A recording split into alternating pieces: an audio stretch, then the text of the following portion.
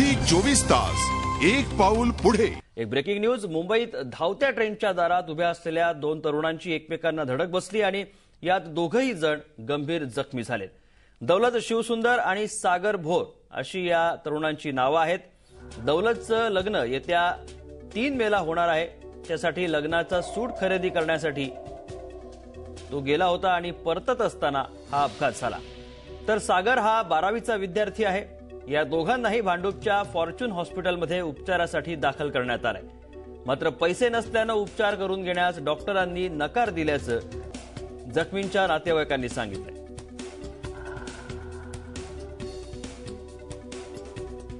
मुंबईत धावत्या ट्रेनच्या दारात उभ्या असलेल्या दोन तरुणांची एकमेकांना धडक बसली आहे आणि यात दोघे जण गंभीर जखमी झालेत। नाहूर जवळ हा प्रकार घडलाय, ज्या ठिकाणी 2 दिवसापूर्वी मोठी दुर्घटना घडली होती आणि तिघांचा मृत्यू झाला होता। दौलत शिवसुंदर आणि सागर भोर अशी या तरुणांची नावे आहेत। या दोघांनाही भांडूपच्या फॉर्च्यून हॉस्पिटलमध्ये उपचारासाठी दाखल करण्यात आलंय। मात्र गंभीर बाब म्हणजे उपचार करण्यास डॉक्टरांनी नकार दिलाय पैसे नसल्यामुळे, अशी माहिती जखमींच्या नातेवाईकांनी दिली आहे।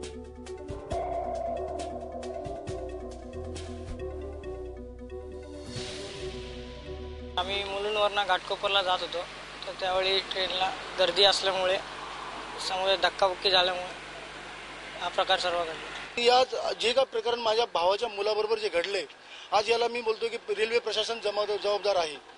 मी तुमच्या माध्यमातून झी टीव्हीच्या माध्यमातून सर्वांना सांगतो की आजची जी परिस्थिती झालेली आहे आणि त्याच्यामध्ये जे काही रेल्वे ज्यावेळेस आम्ही पब्लिकचे तर मी आभार मानतो, त्या स्टेशनवरती एक तर स्ट्रेचर नाही, पब्लिकने उचलून आणलं। स्वतः पब्लिकला एकाच्या गुडघ्याला मार लागला होता, त्याला विचारलं नाही कोणी। जेव्हा इथं आम्ही आल्यानंतर हॉस्पिटलला कम से कम नाही काय तर 15 ते 13 पोलीसवाले आले असतील। हे कसं झालं काय झालं, आणि मला एक आणि बोलतो आमचा एसीबी संघ बोला।